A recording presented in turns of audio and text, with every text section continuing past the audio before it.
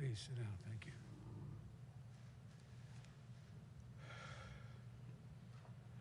You're all going to have a lot of questions, but I want to focus on the issue today, the judiciary, as well as we're talking about the Attorney General's office.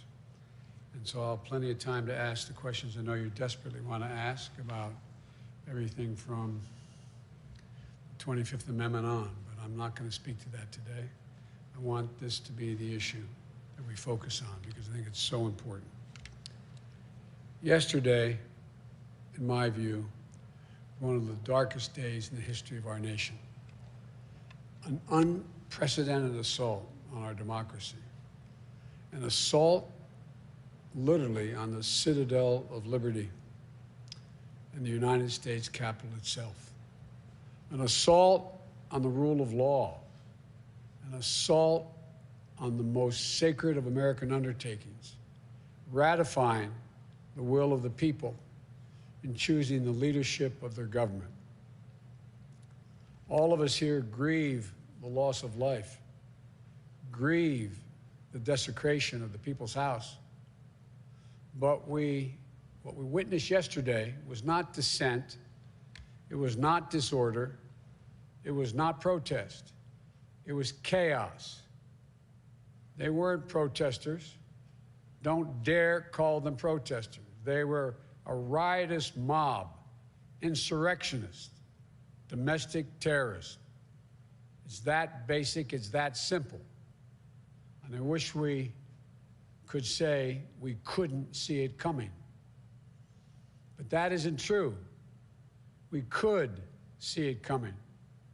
The past 4 years, we've had a president who's made his contempt for our democracy, our Constitution, the rule of law, clear in everything he has done. He unleashed an all-out assault on our institutions of our democracy from the outset. And yesterday was but the culmination of that unrelenting attack. He's attacked the free press, who dared to question his power, repeatedly calling the free press the enemy of the people.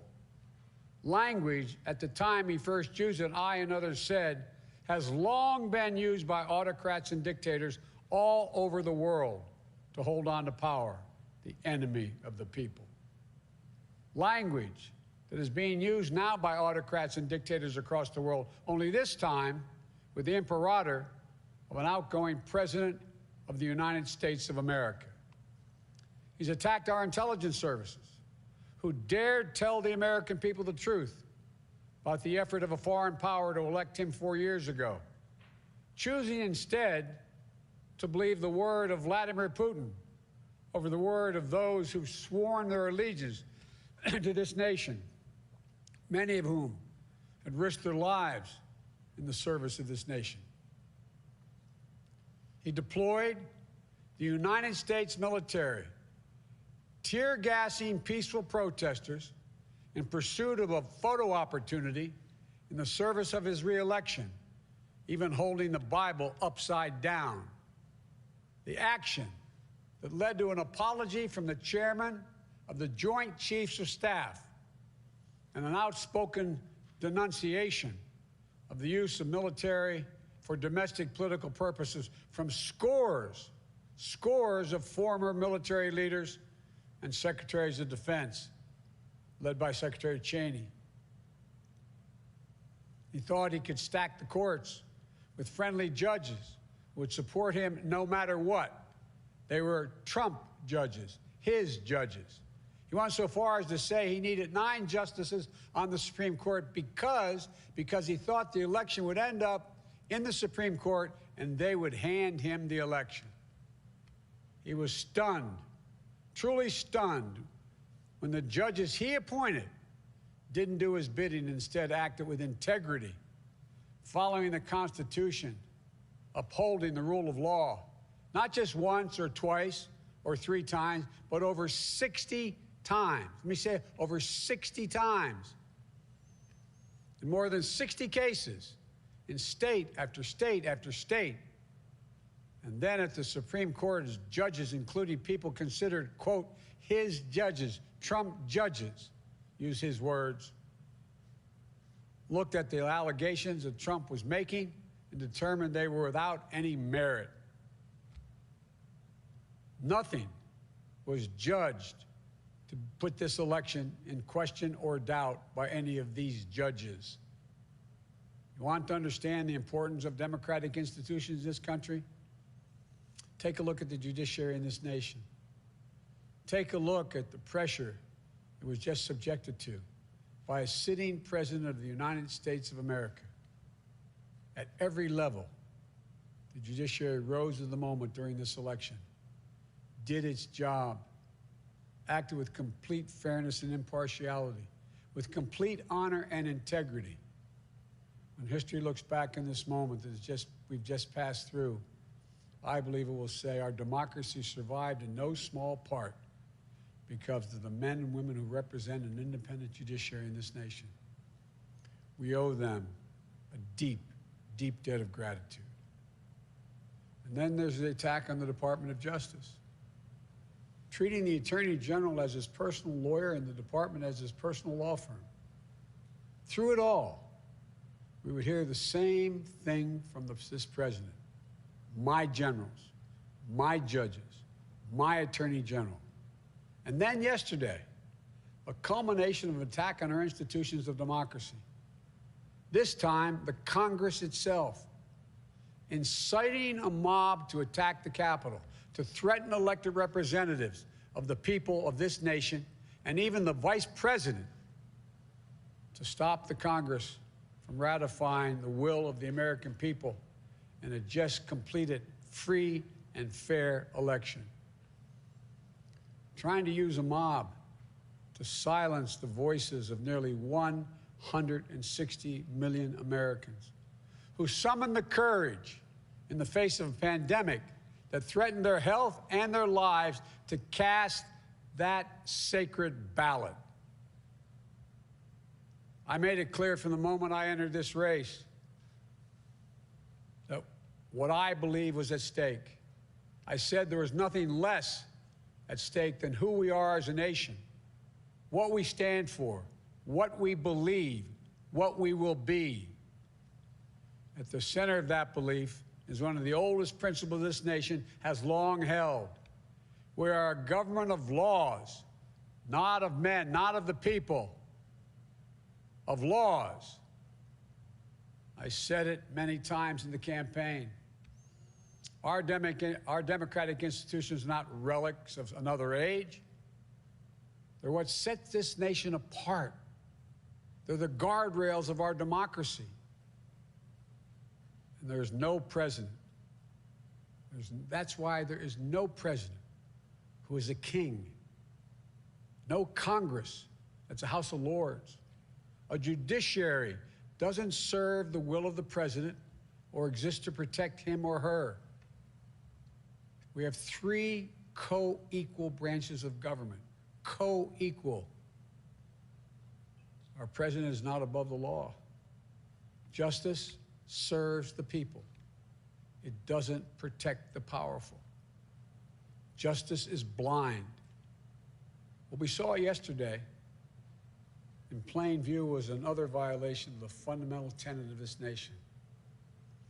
Not only do we see the failure to protect one of the three branches of our government, we also saw a clear failure to carry out equal justice. I'm not sure if you used to say in the Senate, excuse a point of personal privilege. A little over an hour and a half after the chaos started, I got a text from my granddaughter, Finnegan Biden, who's a senior in her last semester at the University of Pennsylvania.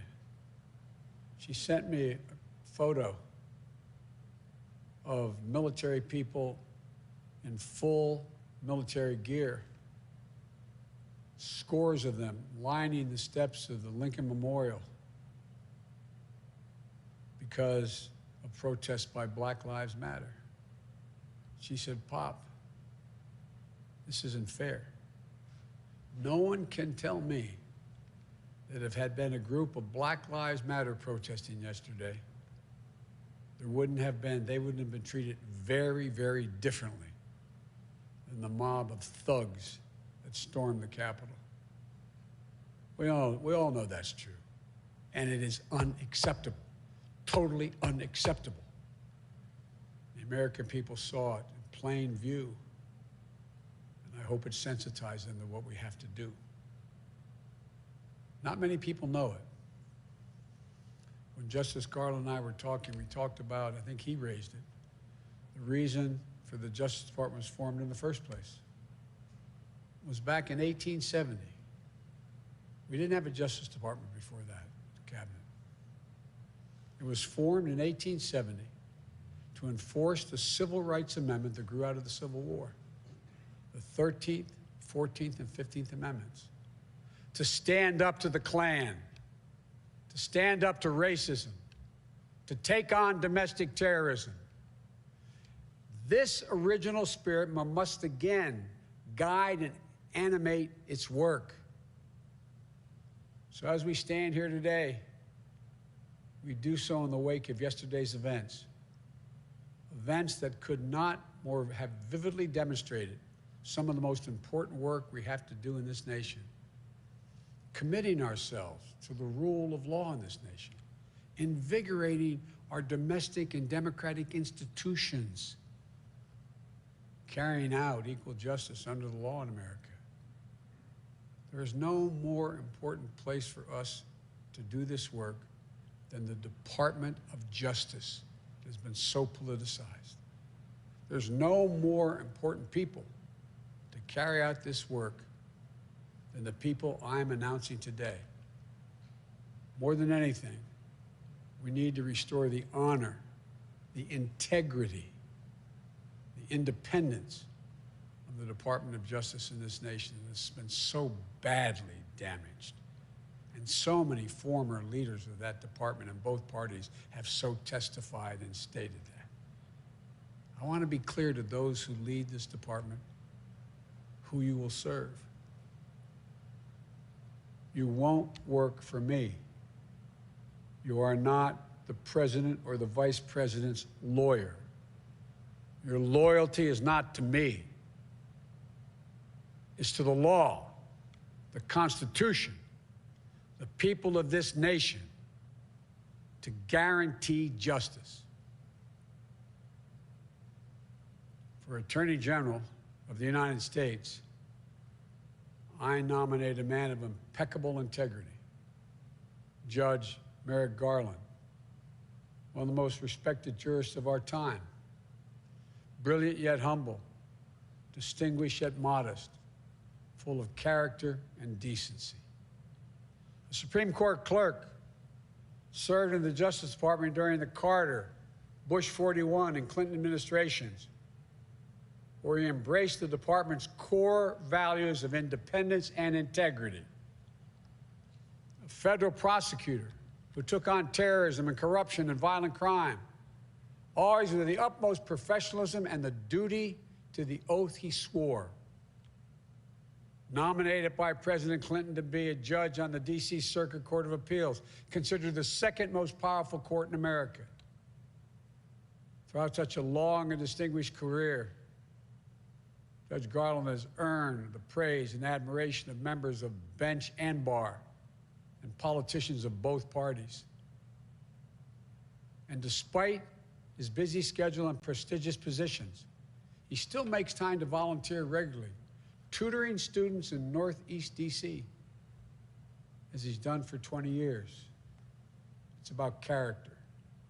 It's about character. It was no surprise why President Obama nominated him, Judge Garland, to the Supreme Court.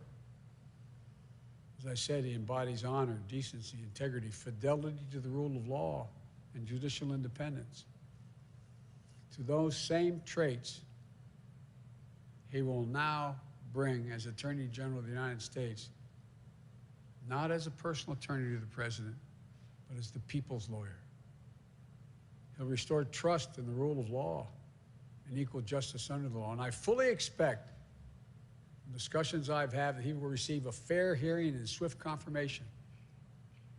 And once he's confirmed, I will move promptly to nominate his replacement on the D.C. Circuit Court of Appeals, And I expect that the distinguished nominee will receive a prompt and fair hearing as well. For Deputy Attorney General, I nominate one of the most selfless people I've worked with, one of the brightest I've worked with. And I worked with her during the last administration. A 15-year veteran of the Justice Department, Lisa Monaco. Lisa knows the department inside and out.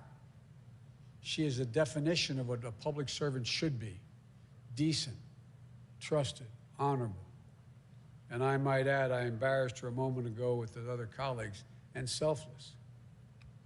I offered her other positions that are of greater consequence, quote unquote, more prestige. But she wanted to work with you, Judge. She wanted to go back to the Justice Department. A top-flight prosecutor who took on public corruption, corporate fraud, and violent crime. Chief of Staff to the Director of the FBI, the first woman ever confirmed as Assistant Attorney General for National Security, where she elevated cybersecurity to a top priority, and where it's even more consequential today than it was then.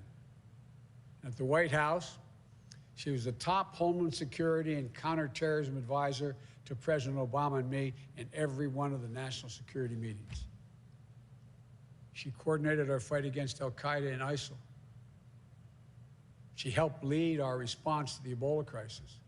When the bombs went off at the finish line on Patriots' Day in Boston, her hometown, she coordinated the federal government's response with local and state law enforcement to get to the bottom of this horrible tragedy. Lisa, I know you will help restore integrity and independence of the Department of Justice that you so revere. As Associate Attorney General, the number 3 job at the department, I nominate Vanita Gupta, a woman I've known for some time, one of the most respected civil rights lawyers in America. Started her career at the NAACP Legal Defense Fund, then on to the ACLU, both organizations to which I belong, and then to the Justice Department during the Obama-Biden administration, where she led the Civil Rights Division. At every step, with every case, she fought for greater equity and the right to right the wrongs of a justice system where they existed. And she's done so by bringing people together, earning praise from across the ideological spectrum for her approach to solving some of the thorniest problems we face. During the Obama-Biden administration, Vanita was put in charge of investigating the abuse of power in police departments in Ferguson, Missouri, and other communities torn apart by acts of violence and racial injustice. She helped institute common-sense police reforms to build greater equity, safety, and trust. She was commended for her work by both law enforcement and those advocating for changes in the criminal justice system. That's a rare achievement, and it speaks volumes about her capacity to unite people in common purpose, which is what this is all about, uniting the American people. Born in Philadelphia, a proud daughter of immigrants from India. That sound familiar? If confirmed, Vanita will be the first woman of color to serve as Associate Attorney General. And I'm grateful that Vanita is leaving her current job, leading one of the premier civil rights organizations in the world, as she answers the call to serve once again to ensure that our justice system is even more fair and more equitable. Thank you. For Assistant Attorney General for Civil Rights, I nominate Kristen Clark, who has spent her career advocating for greater equality and equity in our justice system. The daughter of Jamaican immigrants. Now, don't think this has been designed here. I'm still looking for an Irishman. All kidding aside, the daughter of Jamaican immigrants, Kristen is also one of the most distinguished civil rights attorneys in America. A proud native of Brooklyn, New York, she began her legal career, in the very same office she's now nominated to lead. Her previous tenure with the Justice Department saw her take on some of the most complex civil rights cases, from voting rights to redistricting challenges to prosecuting hate crimes and human trafficking. She's earned accolades throughout her career, including as the head of the Civil Rights Bureau for her home state of New York, where she's led the charge to end the school-to-prison pipeline and root out discrimination in housing and in law enforcement. She currently leads one of the nation's top civil rights organizations, where she promotes greater equity in voting rights, in our education system, in our housing system, in our justice system, and so much more. Now, she'll return full circle to pursue the vital work where her career began. The Civil Rights Division represents the moral center of the Department of Justice and the heart of that fundamental American ideal that we're all created equal and all deserve to be treated equally. I'm honored you've accepted the call to return to make real the promise for all Americans. To each of you, I thank you for your service, and to your families, and to the American people. This is a team that will restore your trust and faith in our institutions of democracy. I chaired the Judiciary Committee for many years.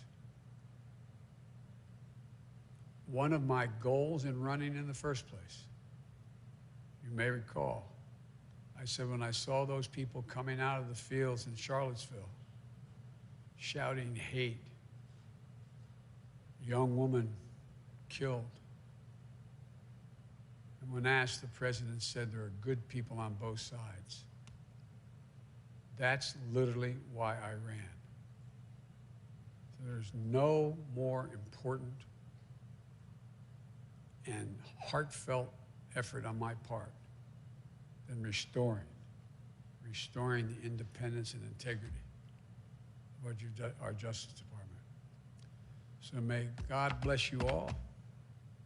May God protect our troops and those who are sworn to protect the American people. Now I will turn it over to the team, starting with the next Attorney of the United States, Attorney General of the United States, Judge Merrick Garland. Thank you.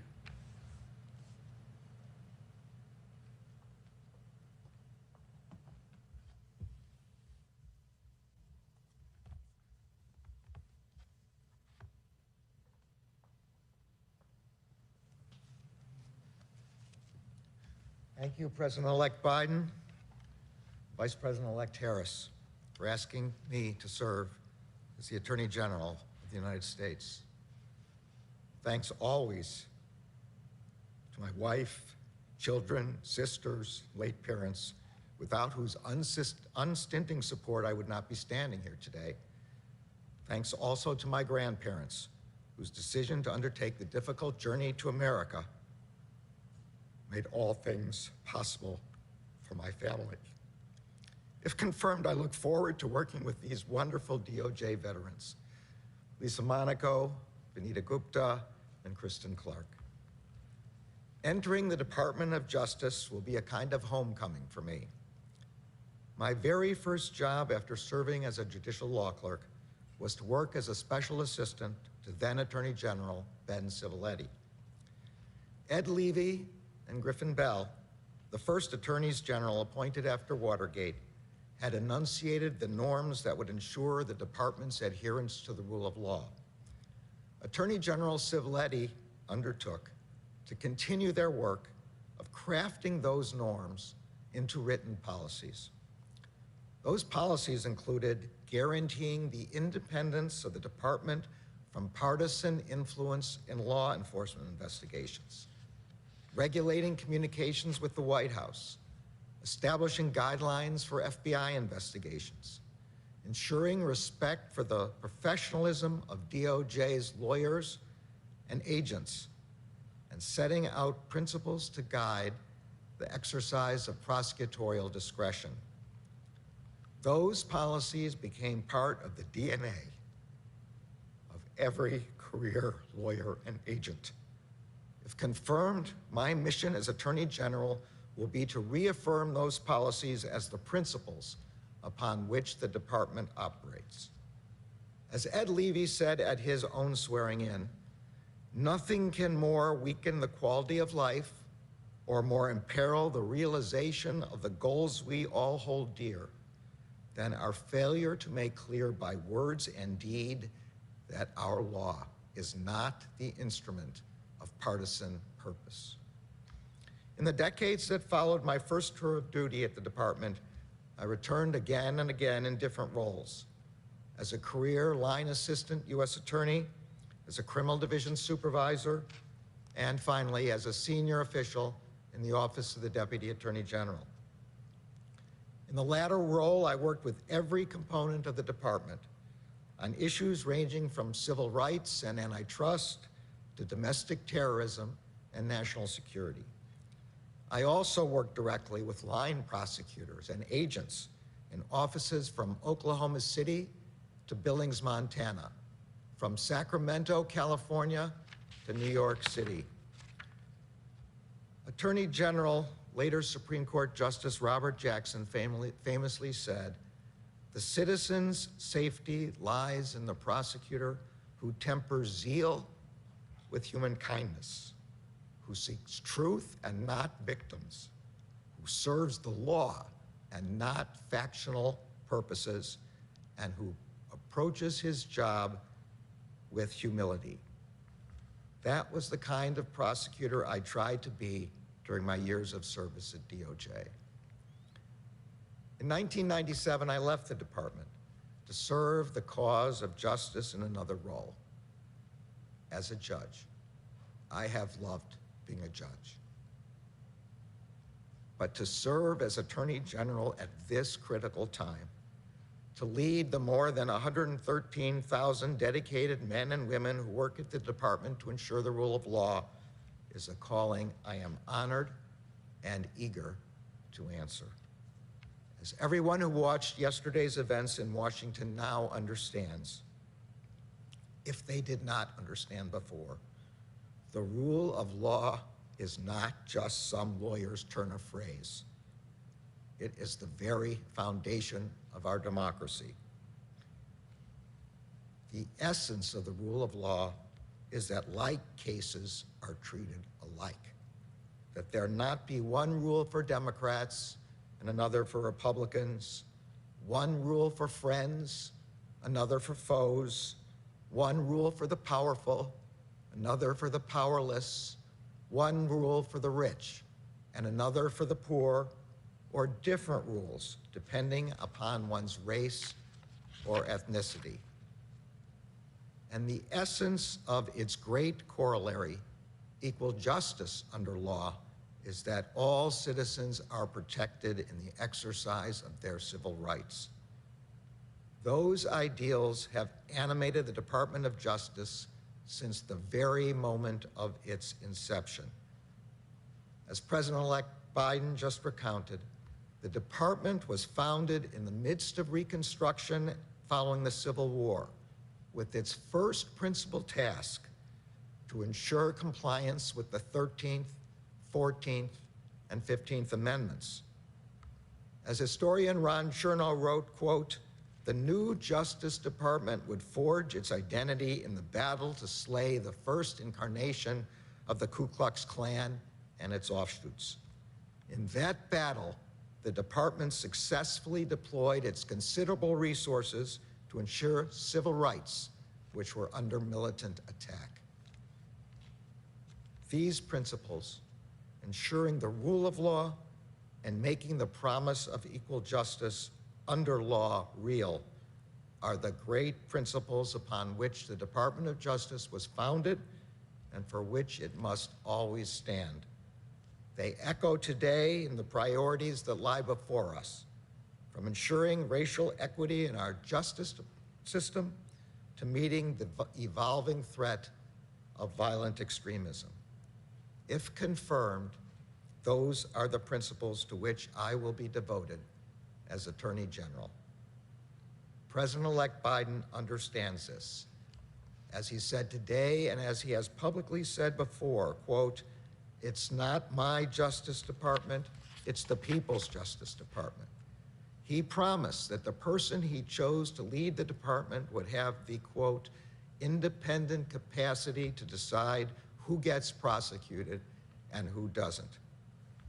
Vice President-elect Harris has also publicly stated, quote, "Any decision coming out of the Justice Department should be based on facts, it should be based on the law, it should not be based on politics, period." I could not agree more. And I would not have agreed to be considered for Attorney General under any other conditions. So thank you both for giving me the opportunity to serve.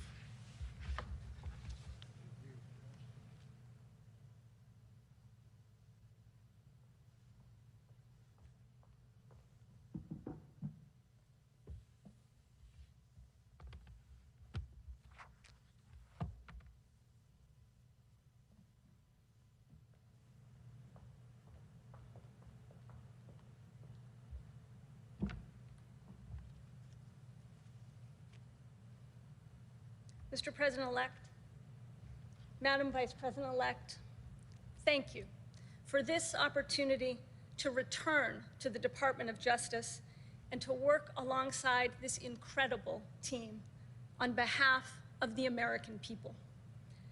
I also want to thank my family for their love and support, and especially my parents for their lessons, large and small, in what it means to live one's values. It's fair to say that I grew up in the Justice Department. It was my privilege for 15 years to serve that institution and to learn so much from its extraordinary people, to learn what it means to be a lawyer in public service. And over the years, I have worn many hats: as a career prosecutor, as a senior official in the FBI, and as a leader of the National Security Division. But it was as an assistant U.S. attorney that I learned the Justice Department's values. I worked directly with communities and victims of crime, and I felt the weight of a prosecutor's responsibility to ensure not that cases are won, but that justice is done, and that each individual defendant's rights are protected. These experiences forged in me a reverence for the Department of Justice as an institution, for its people, for its mission, for the enduring values that it represents: the protection of civil rights and civil liberties, safeguarding the public from threats of all kinds, and upholding the rule of law. Merrick's mention of former Attorney General Edward Levy calls to mind one of my earliest memories as a DOJ lawyer. My first job in the department was as counsel to Janet Reno, the first woman Attorney General, a mentor to me and a trailblazer. In the conference room outside her office, she hung a portrait of Ed Levy, a tribute to his role in reaffirming the integrity and independence of the institution after Watergate. And I think she hung that portrait as a testament of sorts to the fact that we are all temporary custodians of the institution. The story goes that when President Ford asked Levy what he thought the department needed most in those days of flagging faith in institutions, Levy responded, "A soul." Well, the soul of the Justice Department lives in the integrity of its career professionals, in the independence of its investigations and prosecutions, and in the principles it brings to bear as it stewards the ideal of justice in America. Today, we are at another inflection point. Some of the challenges we face are familiar: racial inequality, the need for criminal justice reform, domestic terrorism, and threats to public safety. Some of the tasks are enduring, like the importance of working closely with law enforcement to ensure public safety and to build trust in our communities. Some of the challenges are evolving, like mounting cyber threats. I'm confident that the Department of Justice is up to all of these challenges. But what is most critical, I think, in the days ahead is not actually a challenge at all, but an opportunity for this team and for the career professionals who make up the Justice Department to reaffirm its norms and traditions, to do justice without fear or favor, to keep the American people safe, and to do so always consistent with the rule of law. If confirmed, it will be my honor to once again work alongside the women and men of the Justice Department as custodians of a remarkable and durable institution. Mr. President-elect, Madam Vice President-elect, thank you for the opportunity to return home to the Department of Justice.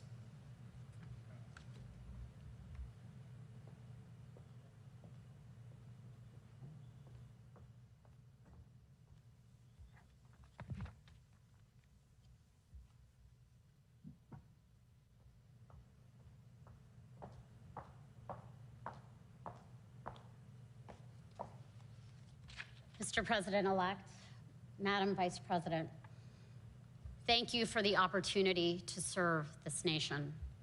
I want to thank my family and my parents who taught me early on the values that have led me to civil rights work and public service. I am humbled and honored to return to the Department of Justice.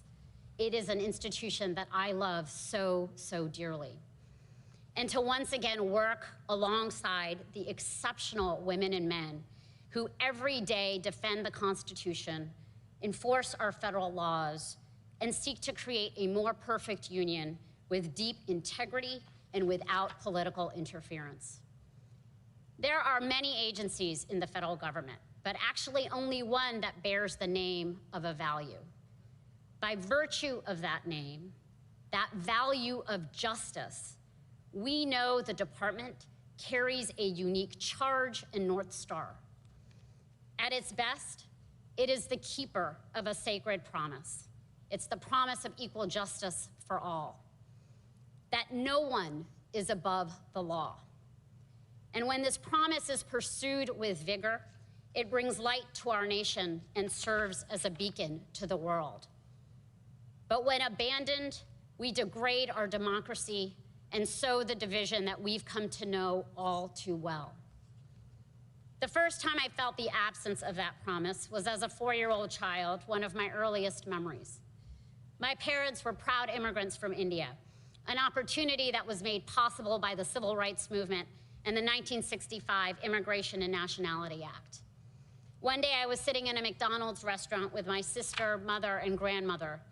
And as we ate our meals, a group of skinheads at the next table began shouting ethnic slurs at us, throwing food at us until we had to leave the restaurant. It is an early memory, but one that is seared in my mind. That feeling never left me, of what it means to be made to feel unsafe because of who you are. I kept another feeling with me, though, too, and that is one that has been ingrained in me by my parents and shared by my husband, whose family fled violence and war in Vietnam and sought refuge on these shores. They believed more than anything in the promise of America, and that loving this country brings with it the obligation to do the necessary work to make it better. Those two feelings, for me, converge in the work ahead of us. Yesterday's horrific events at the Capitol reminded us that our democracy cannot be taken for granted, that our nation has a long history of disinformation, white supremacist violence, mob violence. It also reminded us that our values and our Constitution and our democracy, these do not protect themselves. It is people with courage who do that. and I am honored to return to a department that I know will push every day for justice, accountability, and equality under the law. It will not be enough to restore what has been undermined or lost. This moment demands bold leadership. The Department of Justice, as it has done throughout its storied history, will have to uncover and reckon with hard truths, hold people, companies, and institutions accountable to our Constitution and laws, drive change where there is injustice, and heal a nation that is starving for leadership and decency and hope. Now is the time to ensure that our economic system works for everyone, that we can protect the health and safety of all of the American people, and that we will harness all of the Justice Department's levers for civil rights, justice and police reform, and climate justice, and so much more. As the late Congressman John Lewis said, democracy is not a state, it is an act. And I pledge to the American people that if confirmed, I will act for justice every day. I pledge that to you, President-elect. I pledge that to you, Vice President-elect. I am honored, deeply honored, for the chance to work together with activists for justice, with law enforcement, with this extraordinary team that I'm so humbled to serve, with the incredible women and men at the Justice Department to strengthen our democracy and to make equal justice under law a real promise for all. Thank you so much for this opportunity.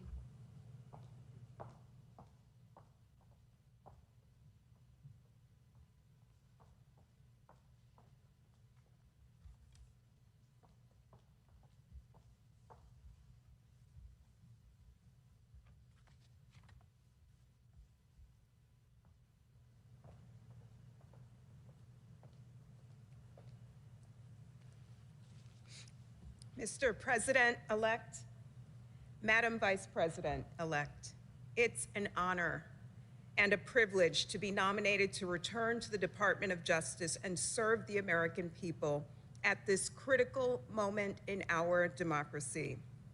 I am humbled and exceedingly proud to join the remarkable team that you have put together to pursue the urgent, timeless cause of equal justice under law.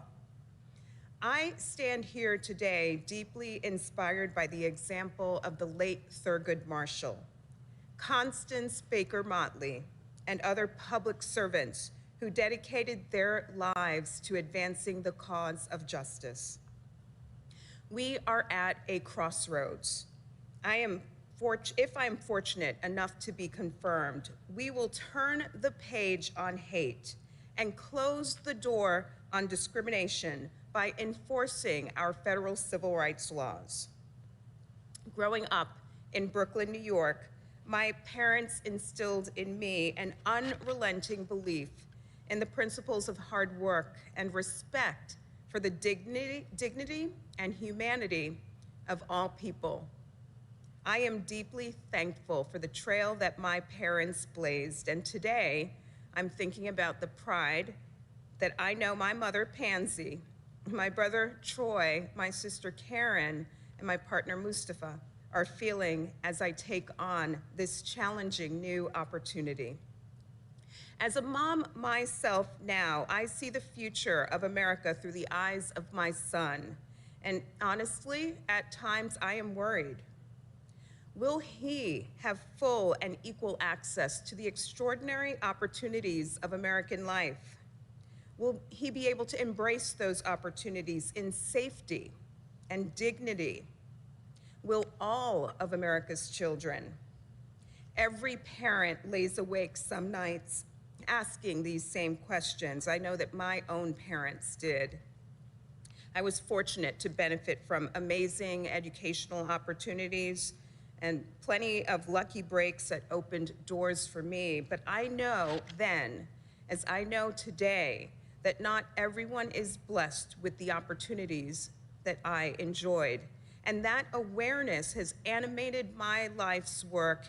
It's what brought me to the Department of Justice, where I started my career, and it's what brings me back for this homecoming today.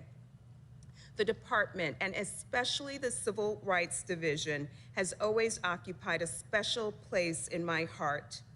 The clarion call of equal justice under law is what binds us together as a nation. Now, it's my honor to return to work alongside the dedicated career professionals who give of themselves every day to make that principle real in the lives of families like mine, in my son's life, and in the lives of all of our sons and daughters. I know the passion and fearlessness that both the President-elect and the Vice President-elect bring to the work before us, to restore justice, to heal our nation, and to move us closer to that ideal of equal justice. I'm humbled, honored, and eager to work with them and with this team. Thank you for giving me this opportunity to serve my country as a member of your administration.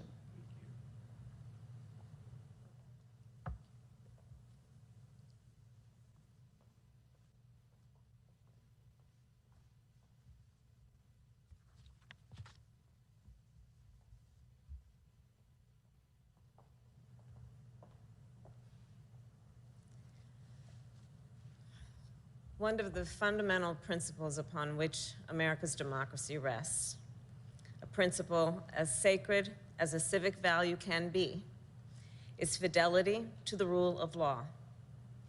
In times of stability, that principle can seem abstract, like something out of a legal textbook that isn't relevant to our daily lives. But in times of upheaval, we come to realize, to appreciate, just how vital the rule of law truly is. What we saw yesterday in our nation's capital was, as the President-elect has called it, an assault on the rule of law. And it has no place in our democracy. So I believe we must ask ourselves two questions about what happened yesterday. What went wrong, and how do we make it right? And I believe the answers require us to recognize that the challenge we're facing in our country is about more than the actions of the few we watched yesterday. It's about how to reform, how to transform a justice system that does not work equally for all.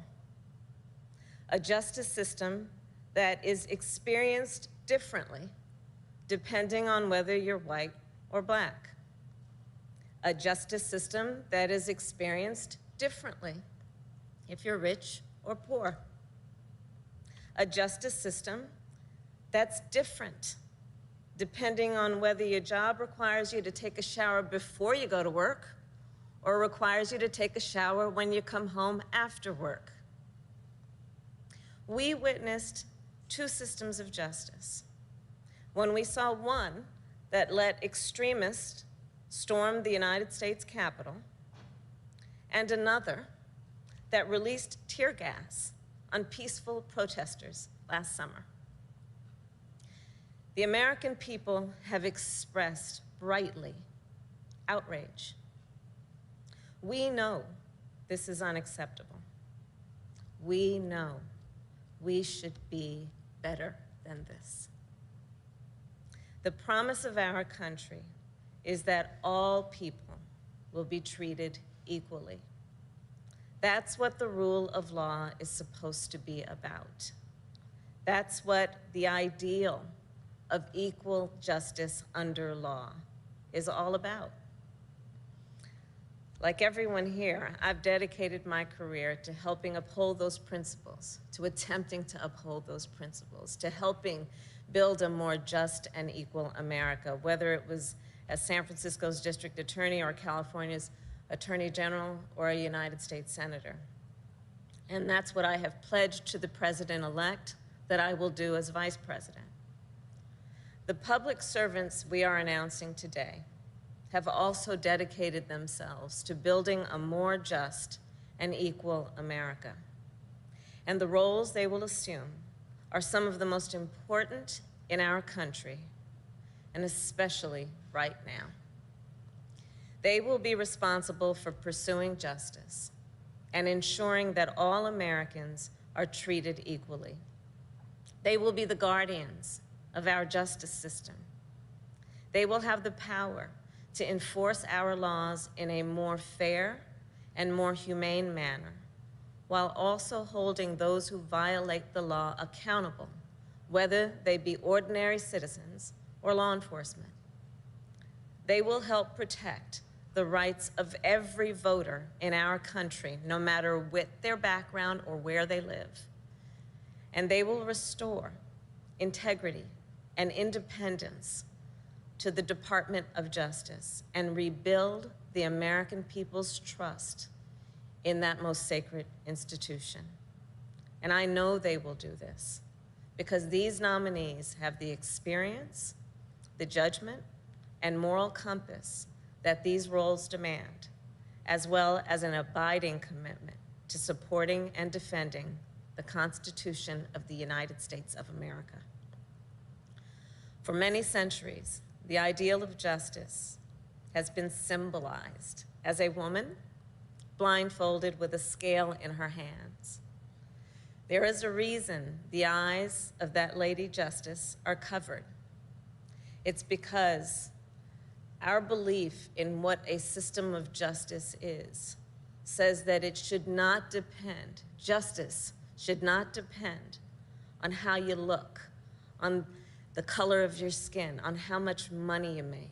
It shouldn't depend on where you were born or the language your grandmother speaks or what political party you belong to. Justice should be impartial. It should be fair. It should be applied equally. And President-elect Biden and I, along with this incredible team, will help to make sure it is, while restoring and strengthening the rule of law that has always been and always will be the bedrock of America's democracy. Thank you, Mr. President-elect.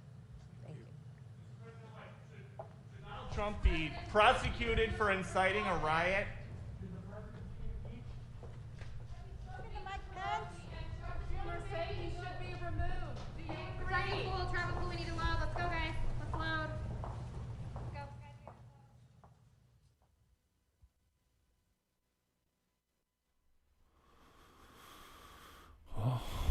That's that. I'm vibrating watching these guys. My goodness. This is what is going to be in charge of the greatest free country on the planet for the next, well, at least 2 years, but maybe more. Zuckerberg just banned Trump forever. Shopify, Twitch, Snapchat, Twitter, and Facebook have all given Trump the timeout.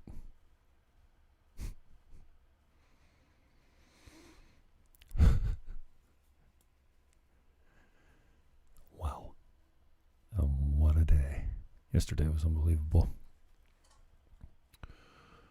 Another angle just came out. I just tweeted it of the murder on Capitol Hill. It's unbelievable. So, the incoming administration looks like a beat up hate crime victim. You know, I'm sorry that when you were a child, you were made to feel, quote, unsafe.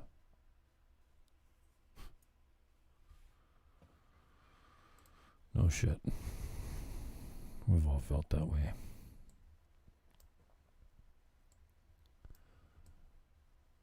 And to come out in their first, they haven't done very many press conferences.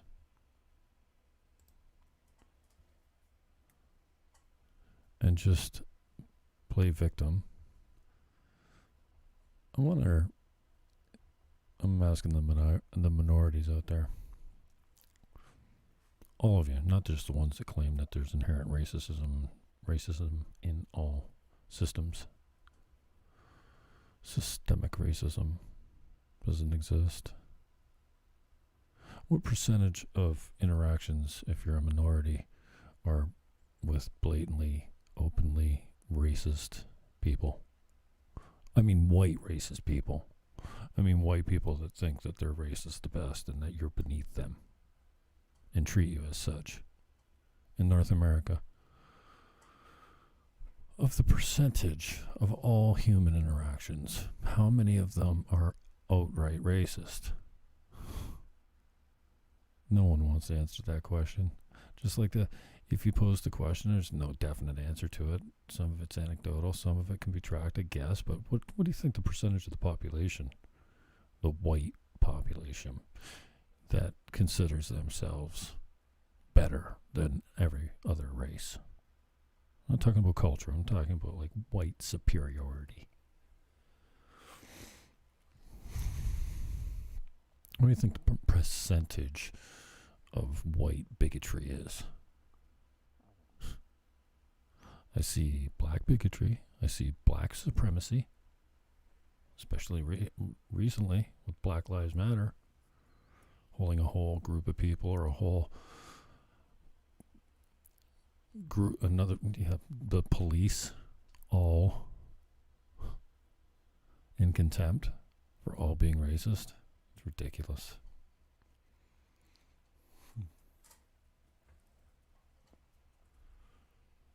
Well, I didn't know Biden was coming out, so I didn't know I was coming out here, but they're talking about turning the page on hate. Well, maybe we can stop talking about the days when hate was more evident and practiced widespread, and acknowledge the fact that we're not doing too badly now. In fact, we've never been more tolerant as a society, ever. And we're getting better? No. Are we perfect? No. Shit happens.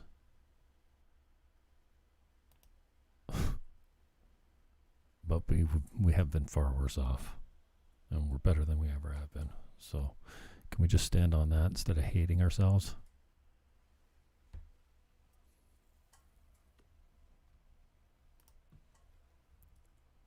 The selling of division, man. I'm talking about enforcing civil rights laws. Where are they not being enforced exactly? They're never specific on this stuff. But why the selling of division? Telling us there's two systems of justice. Yeah, there's discrepancy. I'm sure there's unfairness here and there. But for the most part, don't you think you trust your judges to get it right? It's not a whole conspiracy against a whole group of people by a whole group of judges. Yes, racism exists. Is it widespread and systemic? No, it's not.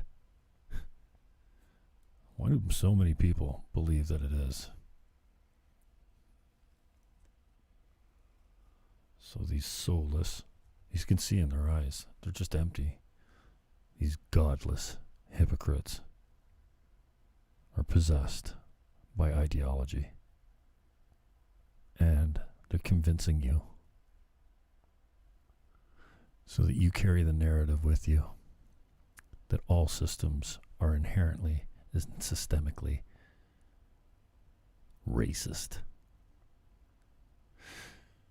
Closing thought, because I have to detach from some parts of the argument because it's just not healthy for me. Do you know how difficult it is to tweak a system that is working pretty well?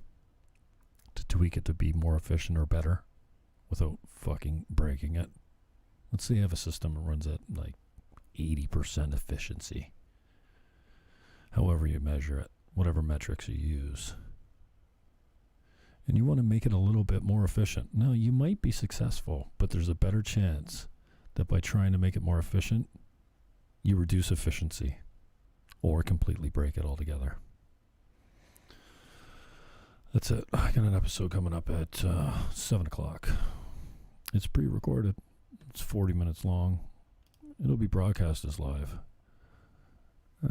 You might like it. You might not. Peace, love, and hug your neighbor. I'm out.